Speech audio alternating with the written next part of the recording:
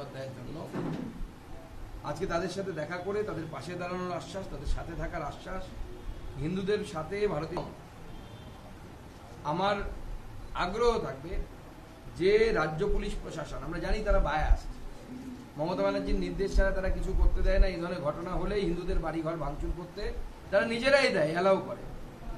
এরপর আশা করি তারা সেখান থেকে বেরিয়ে এসে হিন্দুদেরকে বাঁচানোর চেষ্টা করবে। কালকে রাত্রিবেলাও ঘটনা ঘটেছে, এখনো পুরোপুরি শান্ত হয়নি।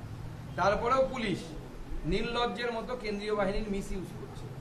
কেন্দ্রীয় বাহিনীকে যে জায়গায় নিয়ে যাওয়ার কথা সে জায়গায় নিয়ে যাচ্ছে না, কারণ কেন্দ্রীয় বাহিনীর ডিপ্লয়মেন্টের দায়িত্বটা নিয়ম অনুসারে এসপির উপরে থাকে, এবং এসপি এবং আইসি এরা বদমাশি করে এই ধরনের ঘটনা ঘটাচ্ছে এবং হিন্দুদেরকে বারবার আক্রান্ত হতে দিচ্ছে ভয় দেখানোর জন্য। আমার বিশ্বাস বাংলার হিন্দুরা এই পরিস্থিতিকে অনুধাবন করবে এবং বুঝতে পারবে যে আগামী দিনে মুর্শিদাবাদ শুধু ঝাঁকি, এরপরে গোটা পশ্চিমবঙ্গে এই ধরনের ঘটনা ঘটানোর চেষ্টা করা হবে। সেটা সিদ্দিকুল্লাহ সাহেব অলরেডি ধমকি দিয়ে সমগ্র হিন্দু সমাজকে একবার জানান দিয়েছে এবং বলেছে বলে করুক। তো স্বাভাবিকভাবে হিন্দুরা যারা কুম্ভকর্ণের নিদ্রায় ঘুমোচ্ছেন তারা জাগবেন এবং আগামী দিনে এই মমতা বন্দ্যোপাধ্যায়ের এই যে জিহাদি সরকার চলছে সেই জিহাদি সরকারকে উৎখাত করার জন্য যা যা করার সেটা করবে। এখনো পর্যন্ত কি হিসাব পেয়েছেন, কত মানুষ এসছে বা কতগুলো পরিবার শিবিরে আশ্রয় নিচ্ছে? প্রায় 200-250টি পরিবার প্রথমে নিয়েছিল, তারপরে আস্তে আস্তে পুলিশ এবং জেলা প্রশাসন তাদেরকে বাড়ি ফেরানোর জন্য হঠাৎ করে উদ্গ্রীব হয়ে গেছে। উপর থেকে তাদেরকে নির্দেশ দেওয়া হয়েছে যে যেহেতু এটা গোটা ভারতবর্ষের সামনে চলে গেছে, আর মমতা বন্দ্যোপাধ্যায়কে তার ইন্ডি গঠবন্ধন মমতা বন্দ্যোপাধ্যায় তার ডিজি পুলিশ আদরের সন্তান রাজীব কুমারকে এখানে পাঠিয়েছে, আপনারা জানেন। তো তাকে নির্দেশ দিয়েছে কোন যেন তেন প্রকারেণ এই যে রিফিউজি ক্যাম্প, এই রিফিউজি ক্যাম্প যেন তেন প্রকারেণ বন্ধ করতে হবে। তাই ক্রমাগত চাপ দেওয়া হচ্ছে তাদেরকে ছেড়ে চলে যাওয়ার জন্য। এই মুহূর্তে 70-75 খানা পরিবার অবশিষ্ট আছে যারা পান্ডালপুর স্কুলে এখনো আশ্রয় নিয়ে আছে। রাজ্যপাল রেড ক্রস সোসাইটিকে মুর্শিদাবাদ যাওয়ার জন্য বলেছেন। রেড ক্রস সোসাইটি যুদ্ধের ক্ষেত্রে যায়, যুদ্ধ যেখানে হয় সেই এলাকায়, এই বাংলার মতন জায়গায় রাজ্যপাল এই নির্দেশ দিচ্ছে, আপনার রিয়াকশন? দেখুন, যুদ্ধক্ষেত্রের মতোই তো পরিস্থিতি, তার থেকে তো খুব খারাপ পরিস্থিতি নয়। যেখানে একজন মহিলাদেরকে বলা হচ্ছে যে তোমাদের ইজ্জত দাও তাহলে তোমার স্বামীর জীবন বাঁচবে, তো যুদ্ধের থেকে কি ভালো পরিস্থিতি আছে বলুন না?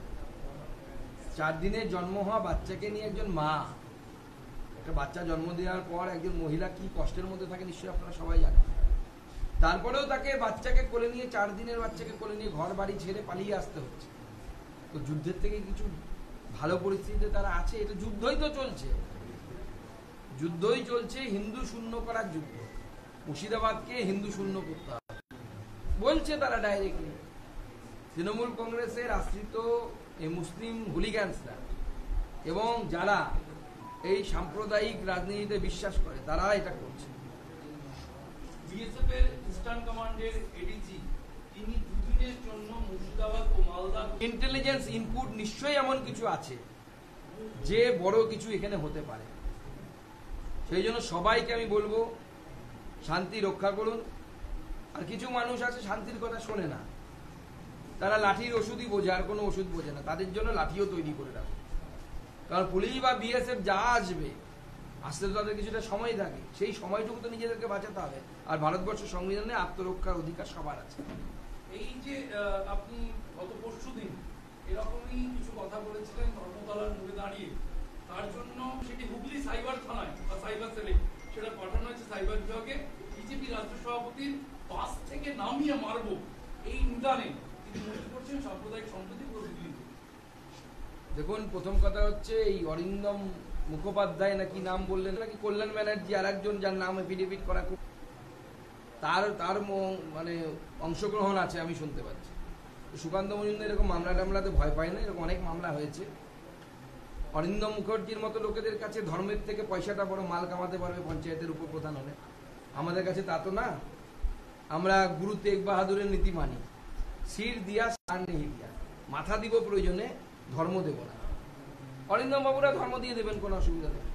তো ওনাদের মুবারক, ওনাকে ঈদ মুবারক, ওনার যা যা মুবারক দরকার, পয়সা মুবারক, সব মুবারক নিয়ে নিন, কোনো অসুবিধা নেই। আমরা আমাদের ধর্মের জন্য লড়বো, হিন্দুদের জন্য লড়বো। এবং আবার বলছি, এখনো সময় আছে, বন্ধ করুন। বারবার বলছি বন্ধ করুন, নাহলে ওই 100টা দোষ অব্দি ক্ষমা আছে, 101 নম্বর দোষ হলে পরে কিন্তু সত্যিই হিন্দুরা আইন হাতে তুলে নিতে বাধ্য হয়। এবং এটা তৃণমূল কংগ্রেসের নেতাদের বা তৃণমূল কংগ্রেসের প্রশাসনের এটা একটা খামখেয়ালিপনা হয়ে গেছে যে যেহেতু হিন্দুরা রাস্তায় নামে না ধর্মীয় ভাবে, হিন্দুদেরকে মারো, কাটো, তাদের স্ত্রী বোনেদেরকে তুলে নিয়ে যাও, ধর্ষণ করো, তাদের বাড়ির সামনে এসে বলা যায় যে তোমার বউকে শুতে দাও, নাহলে তোমার মুন্ডুটা কাটা যাবে। এই যে মানসিকতা, এই মানসিকতা থেকে হিন্দুদেরকে সত্যিই বেরিয়ে আসার সময় এসে গেছে। যদি রাজ্য প্রশাসন অসমর্থ হয়, আমরা বাধ্য হব রাস্তায় নাম। ধন্যবাদ। ছবি হবে, একটু ছবি হবে, লোকগুলো হঠাৎ ছবি হবে, লোকগুলো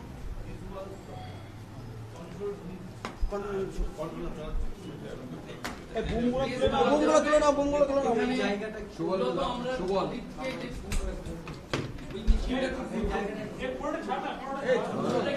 933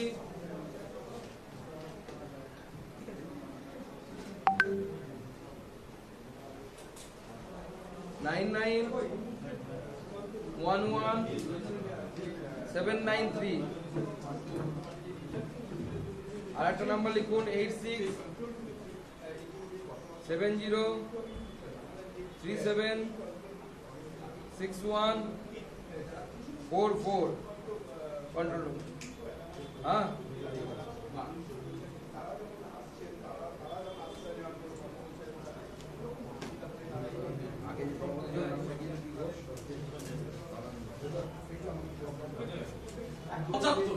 অনেককে রাজ্য প্রশাসনের উদ্যোগে বাড়ি ফেরাতে চেষ্টা করা হলেও এখনো প্রায় ৭৫-৮০টি পরিবার তারা বাড়ি ফিরতে পারছে না। এই অভিযোগ একাধিকবার এসেছে বিজেপি নেতৃত্বের তরফে। আমরা দাঁড়িয়ে রয়েছি মালদা জেলা বিজেপি কার্যালয়ে, যেখানে বিশেষ কন্ট্রোল রুম করা হয়েছে। যে কন্ট্রোল রুম তদারকি করছেন স্বয়ং বিজেপি রাজ্য সভাপতি সুকান্ত মজুমদার, এবং সেখানে একাধিক ল্যাপটপ রয়েছে। এই ল্যাপটপগুলোতে যেখানে কিন্তু যখনই ফোন আসছে সেই ফোন যা যা অভিযোগ তার নথিভুক্ত করা হচ্ছে। আপনারা এখানে নথিভুক্ত করছেন।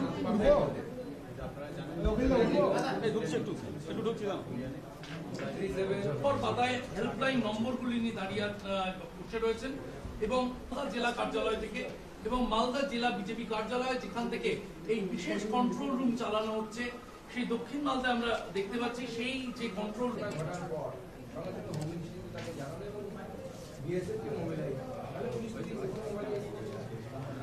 জেলা প্রশাসনের সক্রিয়তার কোনো অভাব রয়েছে? জেলা বিজেপি এত সক্রিয়? জেলা প্রশাসন পুরোটাই সক্রিয় কোথায়? সক্রিয় হলে এতগুলো বাড়ি ঘর ভাঙতে, এতগুলো মহিলা তারা সদ্যজাত কোলের শিশুকে নিয়ে গল্প শুনেছি যে কিভাবে ৭১ সালে পর্যন্ত মাকে, বৃদ্ধা মাকে, বাচ্চাদেরকে লুকিয়ে, স্ত্রীকে কোনো রকম লুকিয়ে নিয়ে এবার বাংলায় ফিরে চলে আসতে হবে। আজকে সেই বাংলাতে এই অবস্থা যে সেই বাংলার মধ্যে মাননীয় মুখ্যমন্ত্রী থাকা অবস্থায় মানুষকে পালাতে হচ্ছে, অন্য জেলায় গিয়ে আশ্রয় নিতে হচ্ছে। এরপরে মালদাতে শুরু হলে কোথায় যাবে মানুষ? আজ কয়েক ঘন্টা আপনি জেলা কার্যালয়ে থাকছেন, কোনো অভিযোগ সরাসরি পেলেন? আপনার জেলা নেতৃত্ব নিয়ে আপনি তদারকি করছেন? অলরেডি আমাদের বিভিন্ন ধরনের অভিযোগ আসতে শুরু করেছে। যেমন গতকাল রাত্রে ৭ নম্বর ওয়ার্ডে ধুলিয়ানের আবার হামলা হয়েছিল, বোম, সেই অভিযোগ আমরা পেয়েছি। তো এটা বারবার চলছে এবং পরিষ্কার ধমকি দেওয়া হচ্ছে কেন্দ্রীয় বাহিনী কতদিন, কেন্দ্রীয় বাহিনী কতদিন, কেন্দ্রীয় বাহিনী চলে গেলে আবার আমরা পরিষ্কার বলছি। নতুন কিছু আপনাদেরকে তো বুঝতে হবে উদ্দেশ্যটা কি। ওয়াকআপ ইজ দ্য অ্যালিবাই, ওয়াকআপ অ্যালিবাই উদ্দেশ্য হচ্ছে মুর্শিদাবাদকে হিন্দু শূন্য করতে হবে। তারা তাদের সিদ্ধান্তে প্রিন্সিপালে একদম ইয়ে আছে, মানে অডিক আছে। আর আপনি আজকে মুর্শিদাবাদ যাওয়ার কোনো পরিকল্পনা রয়েছে? দেখুন, মুর্শিদাবাদ গিয়ে পুলিশ এই সামলাতে পারছে না, আমি গেলে তো আর কি সামলাবে? আমি গেলে তো আরো ভয়ঙ্কর পরিস্থিতি।